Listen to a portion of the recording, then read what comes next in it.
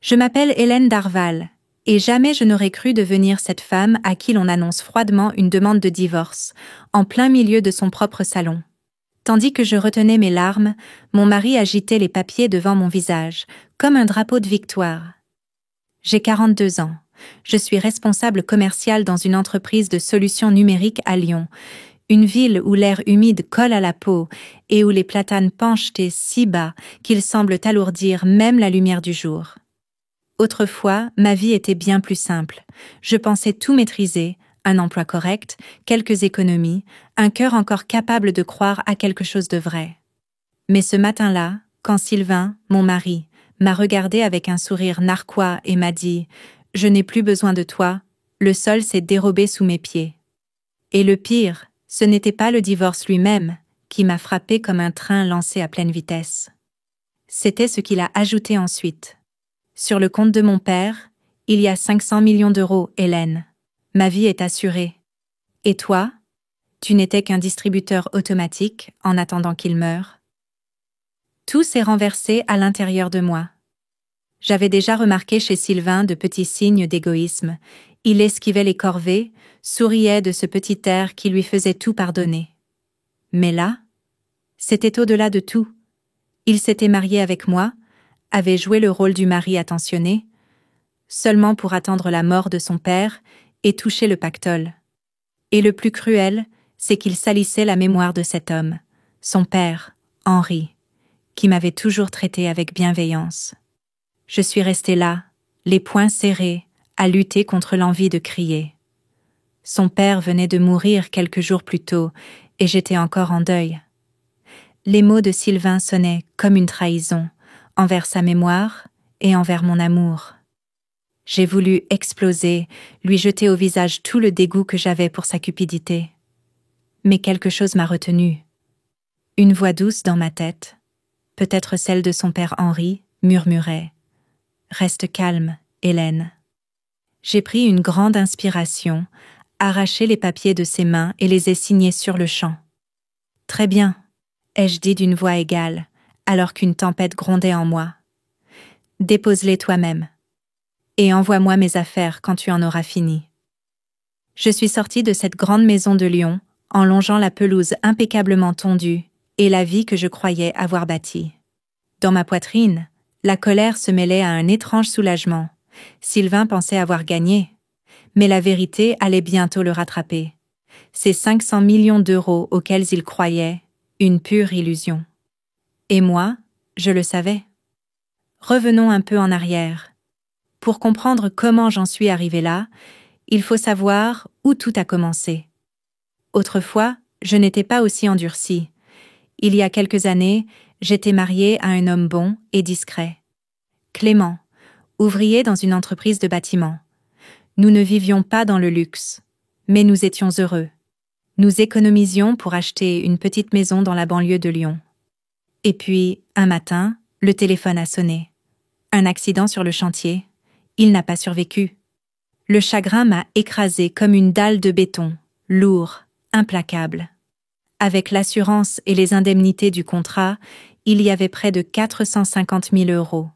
Une somme immense, plus d'argent que je n'en avais jamais eu.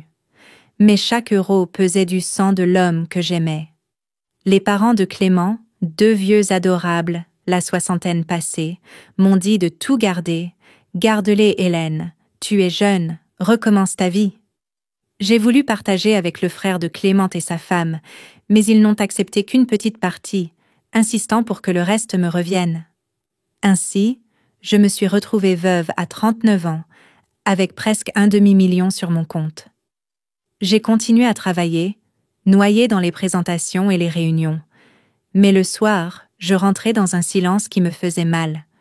Par habitude, je faisais couler 2 cafés, puis fixais la tasse inutile, le cœur serré. Je n'étais pas pauvre. J'étais brisée. J'avais besoin de quelqu'un à qui parler, quelqu'un qui redonnerait des couleurs au monde. Et c'est alors que Sylvain Cartier est entré dans ma vie. Il était représentant commercial dans une entreprise partenaire de ces hommes qui emplissent la pièce d'un simple sourire. Il avait 43 ans, paraissait plus jeune et alliait charme et désinvolture. Nous nous croisions lors de séminaires ou de conférences, échangions quelques mots sur les clients, les contrats, les logiciels. Un jour, autour d'un café lors d'un congrès, j'ai fini par tout raconter. La mort de Clément, la solitude, l'impression de n'être qu'un fantôme dans ma propre vie. La plupart des gens détournent le regard dans ces moments-là. Pas lui. Il a su plaisanter avec douceur, juste assez pour me faire rire pour la première fois depuis des mois. « Ton mari avait de la chance », a-t-il dit d'une voix chaleureuse. « Moi, je suis un désastre sentimental. On me quitte plus vite qu'on ne balaie un profil raté sur une appli. » Il a ri, et j'ai su que dans ses mots, il y avait un peu de vérité. Nous avons commencé à nous voir en dehors du travail. Un verre de vin dans un bar du quartier de la Croix-Rousse, des conversations sur la musique, l'enfance. Sylvain avait grandi à Lyon, dans l'ombre d'un père promoteur immobilier, un homme qui avait bâti des fortunes dans le sud-est du pays. Sa mère était partie quand il était enfant, en quête d'une vie luxueuse que son père refusait de payer. Depuis, Sylvain vivait avec ce manque, le besoin de prouver qu'il valait quelque chose et la conviction qu'il n'y arriverait jamais. Je ne le voyais pas encore, mais c'était cette culpabilité, ce sentiment d'insuffisance qui le poussait à agir. Un soir, en marchant le long des quais du Rhône, j'ai laissé tomber un ticket, et il s'est baissé sans réfléchir pour le ramasser, le glissant dans son portefeuille, déjà plein à craquer. « Tu es comme un enfant, Sylvain », ai-je ri. « Eh, j'ai 43 ans tout de même », a-t-il répondu en souriant. Une broutille, mais ces instants me redonnaient la sensation d'être vivante. Le vide en moi semblait s'alléger. 1 an plus tard, Sylvain m'a avoué qu'il m'aimait. J'ai hésité, le souvenir de Clément restait vif. Mais au fond de moi, je savais qu'il aurait voulu que je continue à vivre. J'ai accepté cet amour. Et je n'ai pas écouté mes amis qui murmuraient « C'est trop tôt ». Un soir, dans un bistrot à Grillade à Villeurbanne, Sylvain m'a soudain lancé « Hélène, on ne rajeunit pas. Pourquoi ne pas simplement se marier ?» Dans ses yeux brillait cette impulsivité que j'aimais tant. J'ai ri, croyant à une plaisanterie.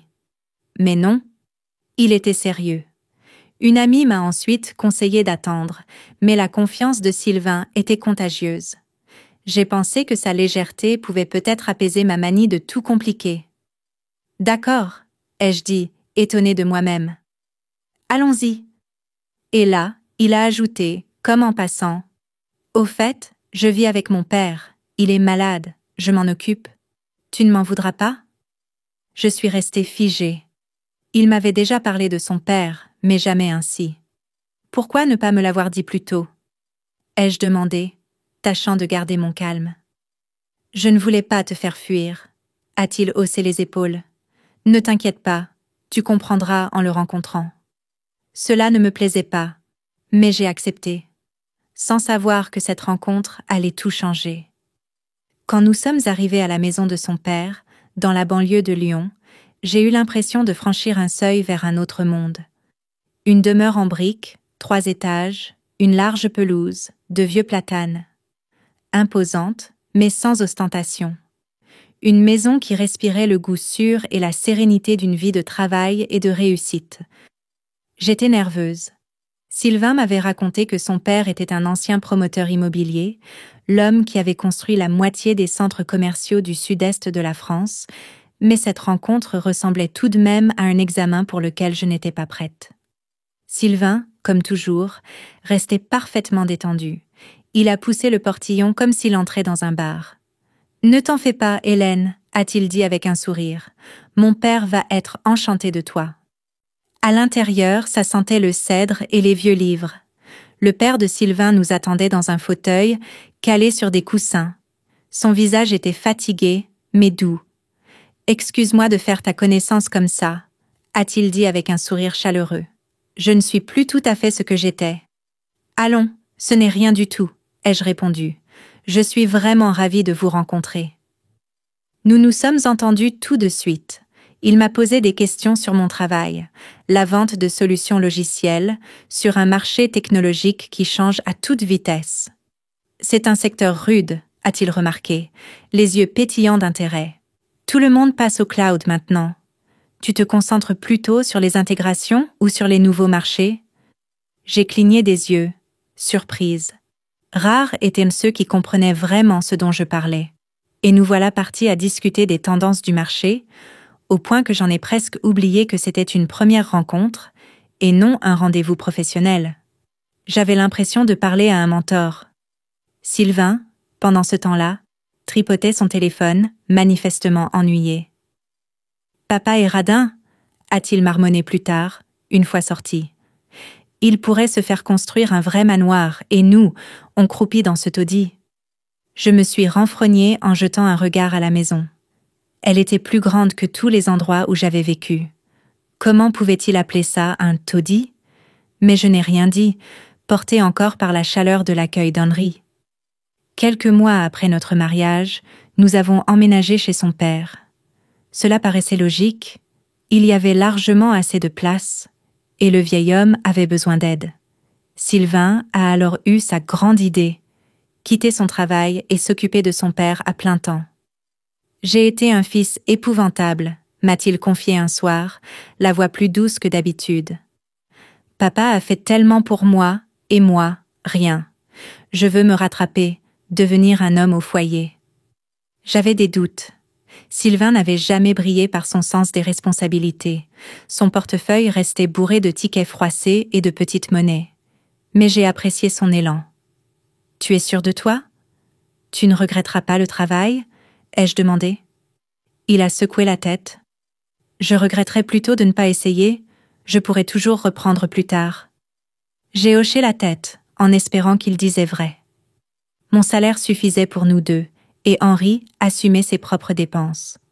J'ai donc accepté que mon mari se consacre à la maison. Au début, tout était presque idyllique. Après de longues journées, je rentrais et une odeur de dîner flottait dans la cuisine.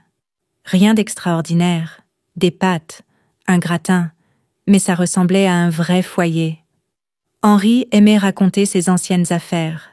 Comment il avait transformé un terrain à l'abandon en centre culturel et sportif, qui se dressait toujours au cœur de Lyon. Ce n'était pas seulement un homme d'affaires. Il se souciait des gens, soutenait des associations, conseillait de jeunes entrepreneurs. Je le respectais de plus en plus, et je sentais bien qu'il ne me voyait pas comme la femme de son fils, mais comme une personne à part entière. « Tu es une femme intelligente, Hélène, » disait-il. « Ne laisse pas mon grand garçon t'entraîner vers le fond. » Mais les fissures n'ont pas tardé à apparaître. Sylvain a tenu 1 mois, il faisait le ménage, les courses, aidait un peu son père. Puis, il s'est ramolli. Je le retrouvais de plus en plus souvent affalé sur le canapé, le téléphone à la main, pendant que la vaisselle s'empilait dans l'évier. « Pour le dîner, c'est bon », lançait-il en désignant un sac de livraison posé sur la table. Je crispais les lèvres, trop épuisé par ma journée pour me disputer. Henri le voyait aussi, ses traits se durcissaient chaque fois que son fils glandait sans rien faire. Un soir, il m'a prise à part. « Excuse-moi, Hélène », a-t-il dit doucement. J'espérais que le mariage le ferait mûrir. Mais il est resté désinvolte, comme toujours. J'ai esquissé un sourire forcé. « Ce n'est rien », ai-je menti. Mais au fond, je commençais à voir Sylvain tel qu'il était vraiment. Les choses ont empiré lorsque j'ai remarqué que de l'argent manquait. J'avais donné à Sylvain un accès à mon compte pour les urgences. C'était une énorme erreur. Un jour, je suis rentrée et j'ai vu, garée devant le garage, une Peugeot 504 cabriolet rutilante, parfaitement restaurée. « À qui est cette voiture ?» ai-je demandé sèchement. Sylvain n'a même pas levé la tête. Il astiquait de nouveaux clubs de golf en plein milieu du salon. « À moi ?» a-t-il répondu d'un ton nonchalant. « Ton père m'a fait une salle de bain de luxe, j'ai bien droit à quelque chose, moi aussi. » Je suis restée pétrifiée. La salle de bain n'avait jamais été mon idée. Henri avait simplement entendu dire que le robinet fuyait et avait décidé de tout refaire. Douche à l'italienne, aménagement pratique pour lui. C'était fonctionnel, pas ostentatoire. Mais cette Peugeot 504, elle avait coûté 30 000 €, 30 000 € pris sur mes économies. Plus tard dans la soirée, j'ai vérifié le compte. En 1 mois, Il avait brûlé presque 50 000 €, la voiture, le golf, des vêtements de marque, et Dieu sait quoi encore. J'étais furieuse. Pas seulement pour l'argent, pour son aplomb. « Tu ne peux pas simplement piocher dans mes économies ?» ai-je lancé en lui jetant le relevé sous le nez. Il a haussé les épaules. « Papa est riche. Quand il partira, on sera couvert. Où est le problème ?» Un frisson m'a parcouru. Il comptait déjà les jours qui restaient à son propre père. J'ai eu envie de partir sur le champ, de faire mes valises et de tourner la page. Mais chaque fois que je regardais Henri, frêle, gentil, je ne pouvais pas me résoudre à le laisser seul avec un fils pareil. Pas encore. La vie dans cette grande maison s'est transformée en champ de mine. Je rentrais vidée de mes journées de 10 heures et je trouvais Sylvain affalé sur le canapé, entouré d'emballages de plats à emporter. La maison, autrefois chaleureuse, était devenue un terrain de guerre silencieux. Il affirmait s'occuper de son père, mais je connaissais la vérité. Il avait engagé une aide à domicile pour tout gérer, pendant que lui continuait à vider ma carte bancaire. Un soir, je n'ai plus tenu. « Sylvain, pour toi, ça veut dire quoi? Être un homme au foyer ?» ai-je demandé en regardant la montagne de vaisselle. Il a levé les yeux au ciel. « Détends-toi, Hélène. Je veille sur papa. C'est toi qui es toujours à cran. » À cran? Ma voix tremblait. Je travaille 10 heures par jour pour nous faire vivre, et toi, tu prends mon compte pour ta tirelire. Plus tard, j'ai encore vérifié le relevé. 10 000 € de moins. Cette fois, pour une montre de luxe. Tu dépenses mes économies comme si elles étaient infinies. Ça doit s'arrêter, ai-je dit, secouée de colère. Il s'est contenté de ricaner. Papa t'écoute, il te fait des travaux. Pourquoi je ne m'amuserai pas, moi? Tout son fric sera à nous de toute façon. Un froid glacé m'a envahi. Ce n'était plus seulement un paresseux. C'était un prédateur, patient, qui attendait la mort de son propre père. Cette même nuit, j'ai repris la carte bancaire et coupé son accès à mes comptes. Sylvain n'a même pas protesté. « Ça va ?» a-t-il soufflé. « Tu verras, Hélène, j'aurai ce qui me revient, de toute façon. » Son assurance me dégoûtait, mais je me suis tue. Je ne voyais plus en lui un être humain, seulement une ombre tapie dans l'attente d'un héritage. J'ai envisagé de partir, faire mes bagages et recommencer ailleurs. Mais chaque fois que je regardais Henri, je restais. Il ne méritait pas de se retrouver seul avec un fils pareil. Nous nous sommes rapprochés. Il m'invitait souvent dans son bureau, une pièce chaleureuse, couverte de photos des parcs et centres qu'il avait contribué à bâtir. « Hélène, tu es bien trop bien pour cette situation, » disait-il, doucement mais fermement. « Je suis désolée que Sylvain te fasse souffrir. » Je balayais ça d'un geste, ne voulant pas l'attrister davantage, mais il insistait pour en parler. Un jour, il m'a raconté son plus grand projet, un centre culturel et sportif dans l'Est lyonnais, dans lequel il avait investi des millions, rêvant d'offrir aux enfants un endroit sûr pour apprendre et jouer. « Ça a capoté », a-t-il soupiré avec un sourire amer. « J'y ai laissé une fortune. Mais je le referais. C'était pour quelque chose de plus grand que moi. » Quand il en parlait, ses yeux brillaient. Derrière l'argent, je voyais l'homme véritable, un idéaliste qui ne se résignait pas. Il n'était pas avare, comme le prétendait Sylvain. Il était économe. Il dépensait seulement pour ce qui avait vraiment du sens. Quand j'ai mentionné que la terrasse à l'arrière grinçait, il ne s'est pas contenté de la réparer. Il l'a entièrement refaite, a ajouté une rampe pour son fauteuil roulant et un nouveau plancher, transformant le jardin en petit refuge. Maintenant, c'est plus facile pour moi et plus agréable pour toi, a-t-il dit en me faisant un clin d'œil. Sylvain, bien sûr, l'a vu tout autrement. Pourquoi il claque son fric pour toi? A-t-il grogné un soir en posant sa bouteille de bière avec fracas? Je lui ai demandé une nouvelle télé, il a refusé, et toi, tu as droit à toute une foutue terrasse. J'ai tenté d'expliquer que tout cela était fait pour le confort de son père, mais Sylvain est parti en maugréant quelque chose à propos de la chouchoute de papa. Plus tard, Mon beau-père a laissé échapper en poussant un long soupir. Sylvain a toujours été comme ça. Sa mère aussi, l'argent lui filait entre les doigts. J'ai essayé de lui apprendre la valeur du travail, mais je n'y suis pas arrivée. Dans sa voix, j'ai entendu de la lassitude et de l'amertume, et j'ai ressenti une pointe de culpabilité. Je voulais encore croire que je pourrais aider Sylvain à changer. Mais je commençais à comprendre. Certaines personnes ne changent pas. Un jour, Henri m'a demandé de venir parler sérieusement. Je règle mes affaires pour le jour où je ne serai plus là, a-t-il dit calmement. Rien de lugubre, je veux juste que tout soit en ordre. Sylvain n'est pas fiable. Tu m'aideras? J'ai hoché la tête, partagé entre l'honneur qu'il me faisait et le poids de la responsabilité. Nous avons passé des heures sur ses comptes, ses biens immobiliers, ses dettes. C'est là que j'ai découvert la vérité sur ses finances. Une vérité dont Sylvain n'avait pas la moindre idée. Son grand projet, ce centre culturel et sportif, avait échoué et il avait contracté un énorme prêt, mettant en garantie toutes ses économies, 500 millions d'euros.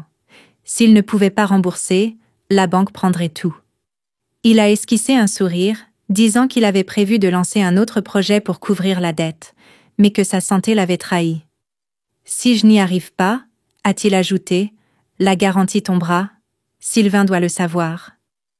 J'ai promis de m'occuper de tout le moment venu, et mon cœur s'est serré à l'idée même de ce moment. Après cette conversation, le comportement de Sylvain est devenu encore pire. Il ne faisait même plus semblant d'aider à la maison. L'aide à domicile s'occupait de tout. Lui passait des heures vautrées dans le salon, à commander n'importe quoi sur Internet. Un drone, un blouson en cuir. Il dépensait ce qui lui restait, persuadé d'être intouchable. « Papa a des millions », balaya-t-il d'un geste lorsque je lui demandais de se calmer. Je gardais mes distances, je me réfugiais dans le travail ou dans les conversations avec Henri. C'était ce qui m'empêchait de perdre pied. Je sentais qu'un moment décisif approchait, sans savoir quand il tomberait. Le jour où Henri est mort, c'est comme si la lumière du monde avait baissé d'un cran. Il est parti peu avant ses 80 ans. Une crise cardiaque soudaine. La maison de la banlieue lyonnaise, qui résonnait encore récemment de son rire et de ses histoires, s'est vidée. Je suis restée assise dans le salon, à regarder les photos sur la cheminée. Lui, coupant le ruban d'un nouveau centre, l'air radieux, comme s'il venait de gagner à la loterie. Mon cœur me faisait mal, pas seulement à cause de la perte, mais aussi parce que le temps passé auprès de lui avait été si court et pourtant si dense. Il était pour moi bien plus qu'un beau-père. Il était un ami, un mentor, quelqu'un qui me voyait tel que j'étais. J'avais encore du mal à tenir debout quand Sylvain est entré dans la pièce. Un large sourire aux lèvres, comme s'il venait de toucher le jackpot.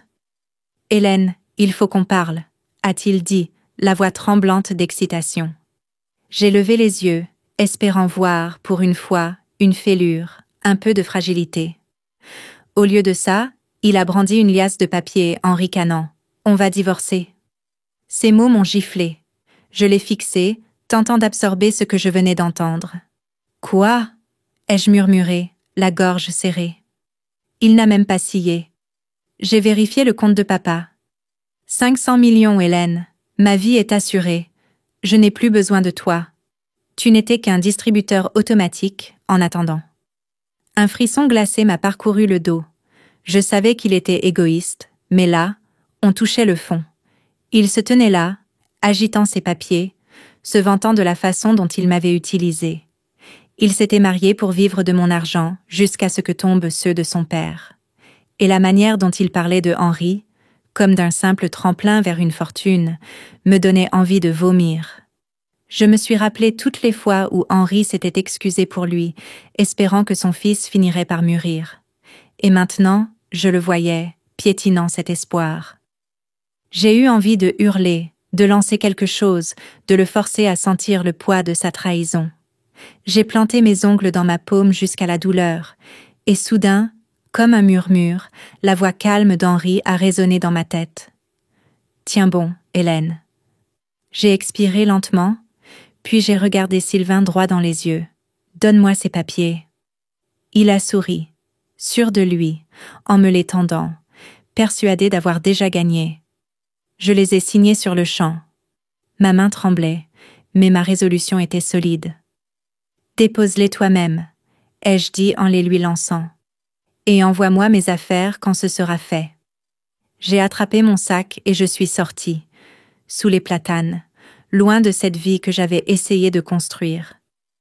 Mon cœur battait la chamade, empli de colère et d'autre chose, du soulagement. Je conduisais en m'éloignant de la maison quand un rire m'a échappé. Sec, étonnamment léger. Sylvain était persuadé qu'il allait vivre comme un roi, et il n'avait pas la moindre idée de ce qui l'attendait. Les 500 millions sur lesquels il comptait? Rien à voir avec ce qu'il imaginait. Je connaissais la vérité, et bientôt, lui aussi la découvrirait. De la pire manière qui soit. Quelques jours après mon départ, j'étais assise dans une chambre d'hôtel près du centre de Lyon, à faire défiler des annonces d'appartements, en essayant d'imaginer à quoi ressemblerait ma nouvelle vie. Mon téléphone a vibré, le nom de Sylvain s'est affiché. J'ai failli laisser l'appel sans réponse, mais la curiosité l'a emporté. « Allô ?» ai-je dit d'un ton neutre. De l'autre côté, sa voix a explosé. « Hélène, c'est quoi ce bordel que tu as fait ?» a-t-il hurlé si fort que j'ai éloigné le téléphone de mon oreille. Les mots se bousculaient, étranglés par la panique. Je l'ai laissé s'épuiser, puis j'ai demandé « Calme-toi, Sylvain, qu'est-ce qui se passe ?» Il peinait à reprendre son souffle. Je suis allée à la banque pour retirer l'argent du compte de papa, et on m'a dit que le compte était bloqué. Il y a 500 millions dessus, Hélène. Qu'est-ce qui se passe? Dans sa voix, j'entendais le désespoir, et une part de moi avait envie de rire. Mais je me suis retenue. « Tu ne savais pas, hein ?» ai-je dit en m'adossant au lit. « Ton père ne t'a jamais parlé de ses affaires parce que tu ne t'y intéressais pas? Ces 500 millions, c'est une garantie. Tu n'y as pas accès. »« Une garantie ?» a-t-il râlé, la voix rauque. « Qu'est-ce que ça veut dire ?» J'ai pris une profonde inspiration, revoyant les heures passées avec Henri sur ses dossiers. Il a tout investi dans un centre culturel dans l'Est lyonnais. Il voulait rendre quelque chose à la ville, construire un lieu important, mais le projet a échoué. Il a emprunté 500 millions en mettant toutes ses économies en garantie. Quand il est tombé malade, il n'a plus pu lancer un nouveau projet pour couvrir la dette. La banque lui a accordé un délai de 2 ans, mais il est arrivé à son terme. L'argent sert maintenant à rembourser le prêt. Il n'existe plus pour toi, Sylvain. Un silence épais a suivi. Finalement, il a chuchoté. « Tu veux dire qu'il ne reste rien? 500 millions d'euros? Envolés ?» J'ai hoché la tête, même s'il ne pouvait pas me voir. « Il reste un autre compte. 75 000 euros. C'est ton héritage. Il pensait que ça te suffirait pour repartir. » Le silence s'est prolongé, et j'ai presque senti physiquement son monde s'effondrer. 75 000, a-t-il fini par articuler, la voix brisée. Je croyais... J'ai tout dépensé. Hélène, je pensais que j'allais toucher des millions. Je suis fauchée. Je suppose que j'aurais dû le plaindre, mais je ne ressentais qu'un soulagement calme, égal. Tu as brûlé ton argent et le mien, ai-je dit d'une voix ferme. Tu comptais rafler la mise sans jamais parler avec ton père de ses projets. Tu n'as vu que les chiffres sur un écran. Il s'est mis à bredouiller, à supplier, faire comme si le divorce n'existait pas, l'aider à s'en sortir. « S'il te plaît, Hélène, » a-t-il gémi. « Toi, tu as des économies, un travail. Moi, je n'ai plus rien. J'ai 43 ans, pas de poste, et je ne sais même pas comment je vais payer le mois prochain. » J'ai secoué la tête, même si, là encore, il ne pouvait pas le voir. « C'est ton choix, Sylvain. Tu ne t'appuieras plus sur moi. Débrouille-toi. » J'ai raccroché. Mon cœur battait vite, mais je me sentais plus légère qu'à n'importe quel autre moment depuis des mois. Sylvain a tout de même respecté la volonté de son père et m'a envoyé 35 000 euros, la moitié de son héritage, sans doute pour éviter une bataille juridique. Par des connaissances communes, j'ai appris qu'il était retourné dans la vente, mais que l'effondrement de son rêve de richesse facile l'avait brisé. Il accumulait les erreurs, se faisait rabrouer par des supérieurs plus jeunes que lui, et au bout d'1 mois, il avait démissionné. À présent, il vivote avec des petits boulots de livreur, et le peu qui lui reste fond à chaque dépense impulsive. Je ne lui souhaite pas de mal, mais ses problèmes ne sont plus les miens. J'ai trouvé un appartement chaleureux dans une résidence moderne du quartier de la Part-Dieu, avec un balcon donnant sur les toits de Lyon et ses tours. J'y ai placé ces 35 000 €, non pas pour les dépenser, mais comme un rappel de mon beau-père, de son énergie, de son cœur, de sa foi dans ce qui compte vraiment. Chaque fois que je vois cette ligne sur mon relevé, j'ai l'impression d'entendre sa voix. « Tiens bon, avance !» Je travaille de nouveau du matin au soir. Présentation, contrat, négociation. Mais désormais, je rentre dans un lieu qui m'appartient, rempli de mes propres rêves. Je ne suis plus une veuve noyée dans le chagrin, ni une épouse prisonnière des mensonges d'un autre. Je suis Hélène, et je construis une nouvelle vie, pas à pas.